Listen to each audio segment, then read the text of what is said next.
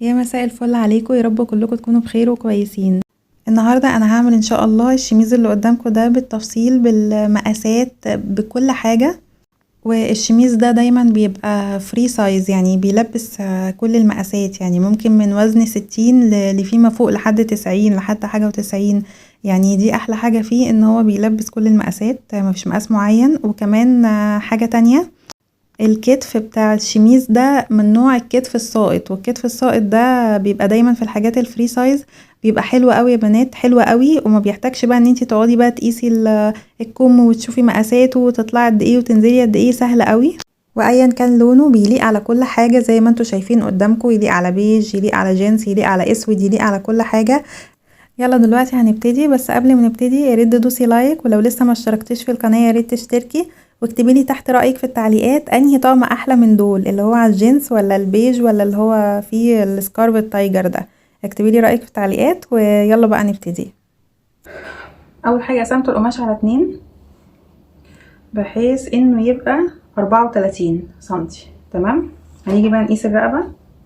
احنا كده هنا بنعمل الجزء اللي ورا عند ال6، ونعمل علامه وننزل 2.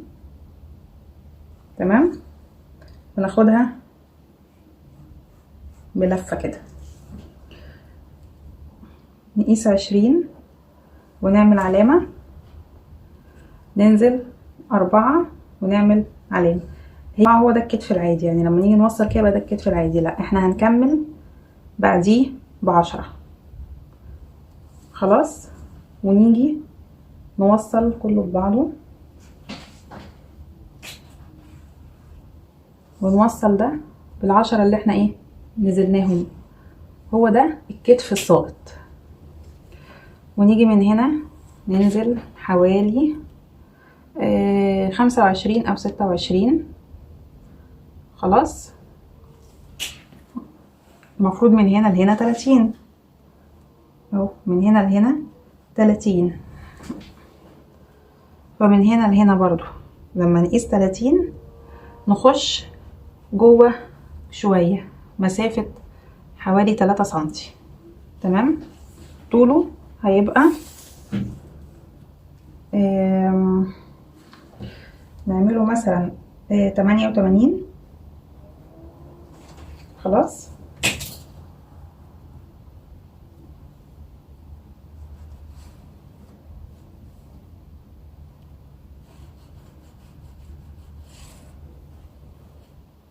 والعرض يبقى 30 او 31.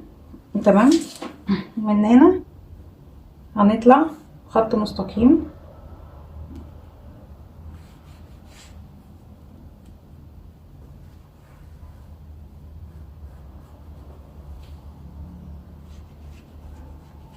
ومن هنا اللي احنا طلعناها دي هنلفها كده، هناخدها بنص دايره كده. تمام، ومن هنا هنوصل لهنا.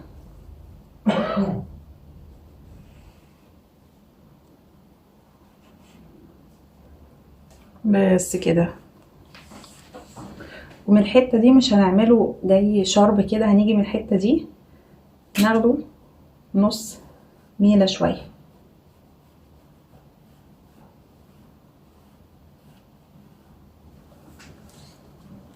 بس كده، ونقص. بسم الله.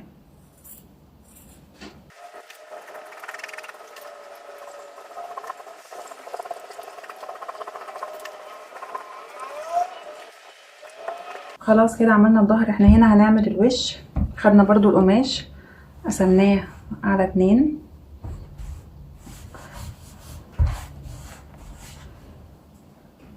هنحط الظهر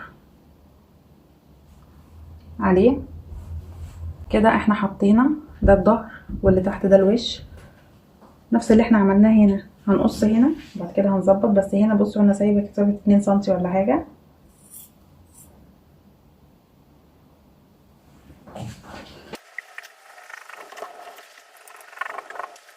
بصوا احنا مش هنقص من هنا، احنا عند الحوادية اللي هنا كده هناخدها. بصوا الميلة اللي احنا طلعنا بيها دي هناخدها وهنقص من هنا. ماشي. انسوا القطعه دي، هنقص من هنا.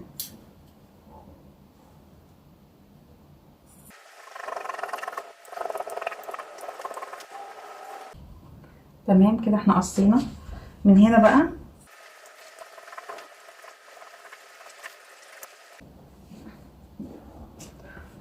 خلاص ده الظهر وده الوش.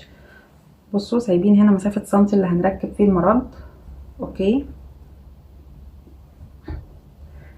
هنظبط بس الرقبة. هننزل من فوق 6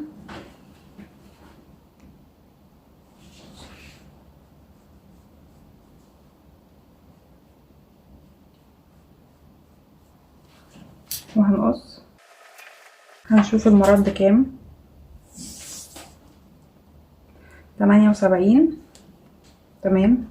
هنعمل المرد عرضه 3، ولما نحسب كله هيبقى العرض 8 في طول 78. هيبقى 8 في طول كام؟ 78. وممكن نزود يبقى 80. 2 سنتي احتياطي. تمام.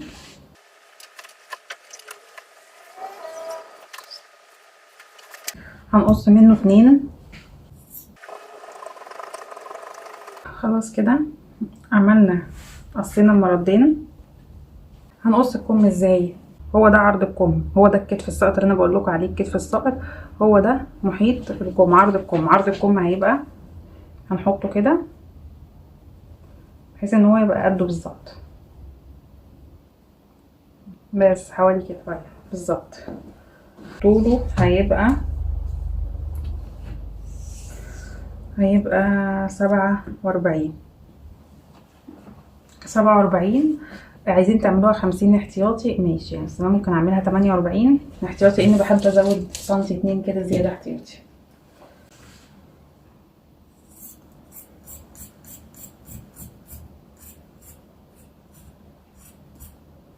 ده العرض اللي فوق عشان ما تتلخبطوش. ده العرض اللي فوق. هنقص تحت لحد قد ايه؟ 18 مثلا.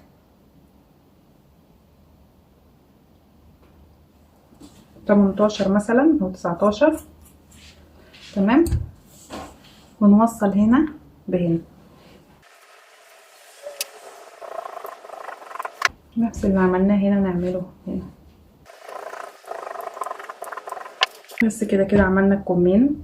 بصوا هنا حته اصغر دي بتاعه الكم من تحت. هنا الكبيره نيجي من هنا كده قصه صغيره، ومن هنا نفس الحكايه. للاسف انا المقص بتاعي بارد شويه فمش عارفه اقص كذا طبقه على القماش عشان بيبقى صعب قوي. خلاص احنا كده خلصنا. ادي الظهر اهو، وده الجزء اللي قدام. هنعمل ايه بقى؟ هنحط الكتف على الكتف بحيث ان ده اللي هيبقى ظاهر للناس، يعني الوش هنا على الوش هنا. تمام. هنحط الكتف على الكتف كده، الكتف على الكتف ده، وهنخيط ده وهنخيط ده. خلاص كده عملنا الكتف في الكتف اهو. هنيجي بقى هنا علامة الكم، هنمسك الكم نفس الحكاية، الوش على الوش عند العلامة القصة اللي احنا عملناها هنا دي. هنحطها هنا كده مطرح الخياطة بتاعت الكتف. هنخيط ده بقى نفس الحكاية برضو، الوش على الوش، ونيجي العلامة دي نحطها في نص الخياطة بتاعت الكتف.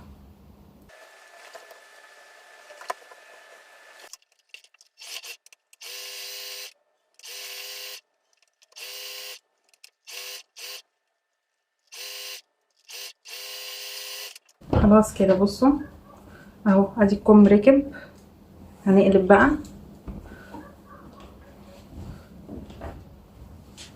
بنحط ايه؟ نحط الخياطة بتاعت الكم اهي، عشان هنخيط الكم. هنحط الخياطة دي على دي بالظبط كده، ونحط دبوس، وهنخيط الكم بس مش لاخره، هنسيب حته كده يعني 10 12 15 سنتي، يعني نسيب مسافه كده وهنخيط الكم بس مش كله. ونفس الحكايه الجنب، نحط دبابيس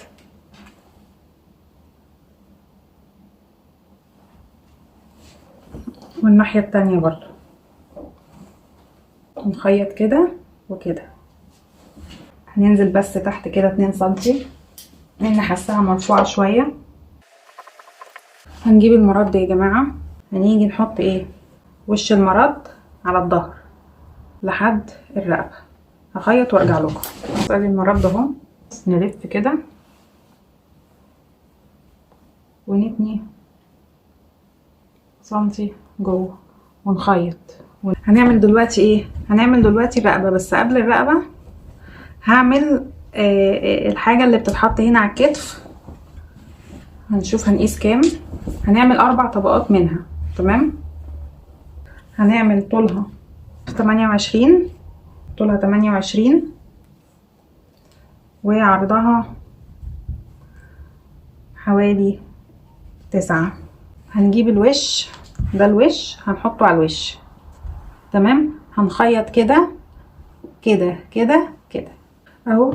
خلاص اتعمل، الكتافات دي اتعملت. هنشيلها دلوقتي على جنب. وهنا بقى هنقيس الرقبه قد ايه عشان نعمل اللياقه. واختصارا للوقت عشان ما اطولش عليك الفيديو، بس انا عامله فيديو باترون اللياقه عندي على القناه بالتفصيل. شوفوا الباترون بتاع اللياقه بتتعمل ازاي وطبقوا على الشميز ده بالظبط وهتطلع مظبوطه. خلاص عملنا اللياقه وخيطناها. هنركب بس الاول الكتافات قبل ما نركب اللياقه. نص الكتافات هتتحط عند نص الخياطه اللي عند الرقبه، واخر الكتافات هتتحط كده عند بدايه خياطه الكم.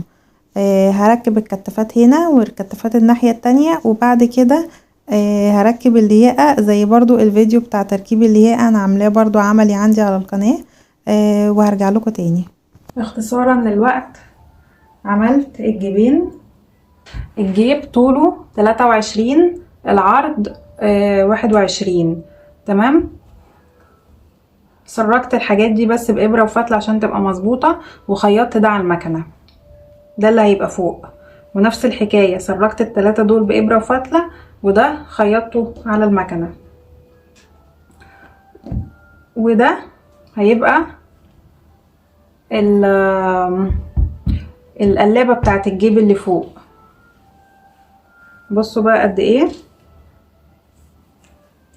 21 وطولها حوالي 11.5، تمام. كل اللي انا عملته مسكت من النص هنا العلامة دي اللي في النص والعلامة دي اللي في النص، قست 3 سنتي يمين و3 سنتي شمال، خلاص. وعملت خط مستقيم ونزلت من هنا 6 سنتي ونزلت من هنا 6 سنتي، ووصلت ده بده وده بده، خلاص.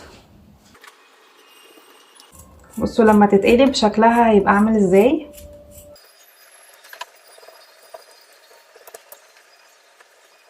تبقى عامله كده. هنخيط خياطه هنا كده وخياطه هنا كده، وهنسيب ده مفتوح زي ما هو، وارجع لكم تاني. دلوقتي بقى اختصارا للوقت انا قصيت الاسوره بتاعه الكم، ماشي. طولها 18، عرضها 28. عملت تنيت هنا سنتي واحد كده وعملته بإبرة وفتلة. عايزين تعملوه على المكنة براحتكم، بس انا مش عايزة كذا خياطة تبان، فتنيت هنا سنتي وعملته بالإبرة والفتلة، خلاص. وبعد كده هتني كده هنا وهخيط، بحيث بصوا ان انا سايبة ايه، مش هخيط كده على كده بالظبط، لا هسيب سنتي. السنتي بتاع الخياطة انا تانياه، انا هنا بقى هسيب سنتي مفتوح زي دي كده. شايفين الفرق؟ هخيط هنا وهخيط هنا اهي، بقت دي زي دي. بصوا الطول النهائي بتاع الكم كام، 46 47، تمام. 46 سنتي مثلا او 47، عشان انا قصيت حته صغيره من الكم كده من هنا عشان طوله يبقى مظبوط. ودايما قبل ما تعملوا اي حاجه تقيسوا على نفسكم الاول وتشوفوا الحاجه مظبوطه ولا لا قبل ما تقفلوا. هنا هنركب الاسوره، تمام. بس قبل ما نركب الاسوره انا معلمه هنا علامه 10 سنتي، تمام. هكمل الخياطه هنا لحد العلامه دي، وهنشوف الجزء ده هنعمل فيه ايه قبل ما نركب الاسوره. انا كده خيطت الكم اللي وسبت ال10 سنتي دول، فهاجي اعمل ايه بقى، هاجي من هنا اخيط هنا، والناحية التانية برضو هخيط سنتي كده اهو. خيطنا من هنا وخيطنا من هنا وخيطت ده عشان اثبت الخياطة من هنا. بصوا شكلها من بره نظيفة ازاي وحلوة ازاي. نفس الحكاية في الكم التاني، نفس الحكاية، هخيط سنتي من هنا والسنتي التاني من هنا وهثبت الخياطة كده من هنا. هنا برضو عملت نفس الكلام، تنيت من هنا ومن هنا وخيطت من هنا. هنعمل ايه بقى دلوقتي؟ بصوا بقى هنعمل ايه دلوقتي. هنعمل شوية كسرات كده لحد ما ايه، لحد ما يبقى مناسب لحجم الاسورة دي. اي واحدة تعمل الاسورة اللي يعجبها بالحجم اللي يعجبها. بنعمل الاسورة ازاي؟ بنقيس كده من هنا، نشوف الحجم اللي احنا عايزينه. مثلا يعني نفترض انا عايزه الاسوره كده 22 تمام، فهعمل ايه؟ هزود 2 سنتي للخياطه فهيبقى 24، وهزود كام سنتي للي هي الزرار اللي هيتعمل، لانها هتيجي هتتقفل كده، فعايزه هشوف بقى احط زرار قد ايه، 2 سنتي 3 سنتي كده، فهزود 3 سنتي فهتبقى كام؟ 24 25 26 27. فهمتوا؟ بس انا الحجم ده اللي هو يناسب اي حد. هنيجي نعمل ايه بقى؟ هنيجي من هنا نحط دي على دي، والطرف التاني برضو هنحط الطرف ده على الطرف ده، وهنثبت بدبوس. هنعمل بقى شوية كسرات، كسرات عشوائية، بحيث ان في الاخر الحجم النهائي يبقى قد ايه؟ قد الاسوره اللي احنا هنركبها. بصوا شكله بقى هيبقى عامل ازاي بالكسرات دي. هنمشي على الحرف ده اللي هو قبل ده بملي، يعني هنمشي هنا كل ده هنخيط كل ده تمام. هخيطه ونرجع لكم. خيطنا بكل بساطة هنعمل ايه اهو، هنعمل كده اهو بس كده، وهنخيط برضو على طرف الخياطة اللي احنا عاملينها، وهكذا هنمشي بقى هنا خياطة على طرف الخياطة اللي احنا عاملينها كلها على بعضها كده، وهنا نفس الحكاية. مجرد ما هنقلب كده هتلاقيها اتظبطت معاكي، خلاص قلبتيها اهي اتظبطت معاكي. واي خيط او اي حاجة قصيه. نفس الحكاية هنعمله هنا، نفس اللي احنا عملناه هنا هنعمله هنا. هنخيط بقى كل ده وارجع لكم تاني. عملنا الاسوره، ودي الاسوره التانية اهي. ركبوا الجيب بالطريقه اللي تعجبكم، يعني شوفوا هتنزلوا من هنا كام سنتي وتركبوا الجيب بالشكل اللي يعجبكم. يعني دي ما فيهاش حاجه ثابته، براحتكم، عايزين تركبوه تحت ركبوه فوق اللي انتوا عايزينه. المهم انا ثبت دبدبابيس وثبت دبدبابيس. هخيط الثلاثه دول واخيط هنا وهنا وهنا تمام. وده القلبه بتاعت الجيب هجيبها فوق الجيب بالظبط كده، يعني بصوا لازقه فيه ازاي اهو، يعني مفيش مسافه اساسا. ونفس الحكايه هنا فوق الجيب بالظبط كده، هخيط هنا وهخيط هنا. وخدي بالك انا عامله القلابه اكبر، يعني نص سنتي من هنا ومن هنا، توسطنيها يعني ما تعمليهاش كده وتبقى هنا اكبر شويه، لا تتوسطن بالملي بس. وتثبتي برضو بدبابيس وخيطي من هنا وخيطي من هنا. وبعد كده بعد ما تتخيط هنقلبها وهنخيط خياطه من هنا، وهنقلب دي كمان وهنخيط خياطه من هنا، وكده تبقى تمام. عايزه تسرجيه الاول تعمليه بابره وفتله قبل ما تخيطيه يبقى احسن برضو، عشان تتاكدي ان هو يطلع مظبوط. ركبت الجيبين والقلبات، وهنا بقى هنعمل العروه بتاعه الزرار وهنحط الزرار، وكده خلاص يعتبر كله خلص. ده هيحتاج حوالي 10 زراير تمام، 2 هنا و2 في الكتافات اللي هنا دي، و2 هنا، والباقي هيتحط هنا بقى. لسه كمان الزراير لما تتحط هتبقى شكلها تحفه قوي بيه. انا مش عارفه، محتاره اركب له زراير اسود ولا اخضر ولا بيج، يعني حقيقي محتاره، لان انا مش عارفه، يعني حاسه ان انا يعني الاسود هيبقى طبعا فيه تحفه، زراير سودا كبيره هتبقى طبعا حلوه جدا. خلاص يا بنات، انا هنا عملت العراوي وركبت الزراير وشطبته من تحت، وتنيت التانية اللي بتبقى تحت خالص دي، وعملته كله اوفر برضو من جوه، وكده زي ما انتوا شايفين خلص. اكتبولي بقى رأيكم في التعليقات، عجبكم ولا لا.